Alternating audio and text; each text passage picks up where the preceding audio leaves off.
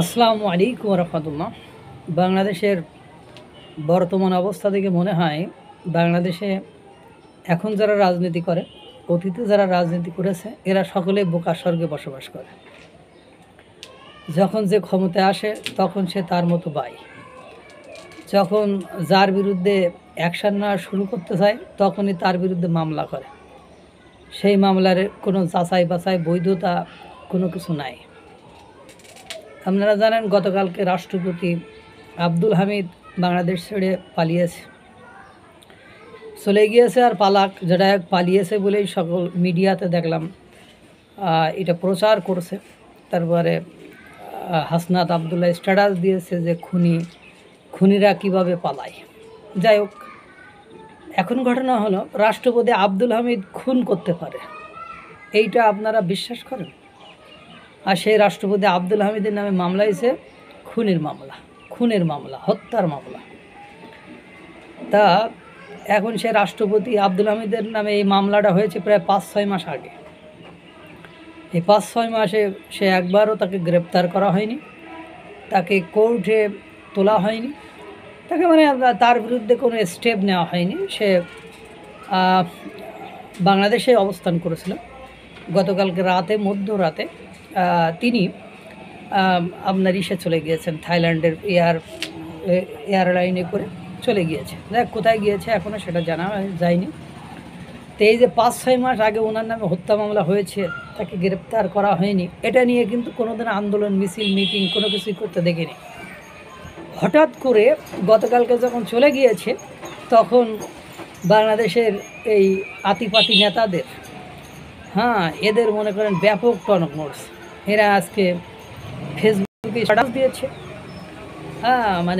স্বরাষ্ট্র উপদেষ্টা এবং আইন উপদেষ্টার পদত্যাগ চাচ্ছে। এই হলো অবস্থা। এবং সচিবালয় ঘেরাও করতে গিয়েছিল, সেখানে পুলিশের বাধার সম্মুখীন হয়েছে।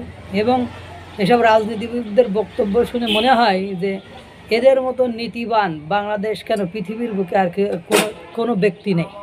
এবং এখন যদি এদের জিজ্ঞাসা করা হয় বা এদের রিমান্ডে নিয়ে বলা হয় যে তুমি রাজকীয়ভাবে এই সারাদিন এখানে মিটিং, ওখানে মিছিল, ওখানে দাবি দেওয়া করে ঘুরে বেড়াও, তুমি তো কোনো চাকরি করো না, তাহলে তোমার সোর্স অফ ইনকাম কী, তোমার আয়ের উৎস কী, তুমি কীভাবে চলো, তোমার পরিবার কিভাবে চলে? তাহলে দেখবেন দুটো অপশান দেবে, হয় বিদেশ থেকে ডোনেশন এসেছে, লোকের দানের টাকায় চলে, আর নতুবা কী হয়েছে, চাঁদাবাজি করেছে বা কোনো অমুক কোম্পানি দিছে, অমুক বসে দিছে, এইসব অমুক প্রতিষ্ঠান দিয়েছে, এইসব করেই কিন্তু এদের চলে।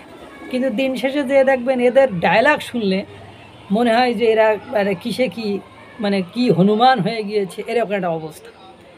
তারা কিছু কিছু জায়গা, কিছু কিছু সেক্টর একটু গ্যাপ রাখতে হয়। ক্ষমতায় পেয়ে অনধিকার চর্চা এবং অন্যায় কর্মকাণ্ড যদি এভাবে বাড়িয়ে দেওয়া হয় যে রাষ্ট্রপতি আব্দুল হামিদকে কোর্টে তোলার বোঝেন? তার কি এর পরবর্তীতে যত রাষ্ট্রপতি হবে, যারা রাষ্ট্রপতি, ডক্টর মোহাম্মদ ইউনূসকেও তো তাহলে ক্ষমতাচ্যুত হওয়ার পরে কোর্টে তুলতে হবে। অনেক কিছু আইন বহির্ভূত এখন হচ্ছে না, হচ্ছে তো। আপনারাই তো বলতেছেন যে করতেছে, তা করতেছে, কই তার জন্য তো পদত্যাগের জন্য মিছিল মিটিং করেন না?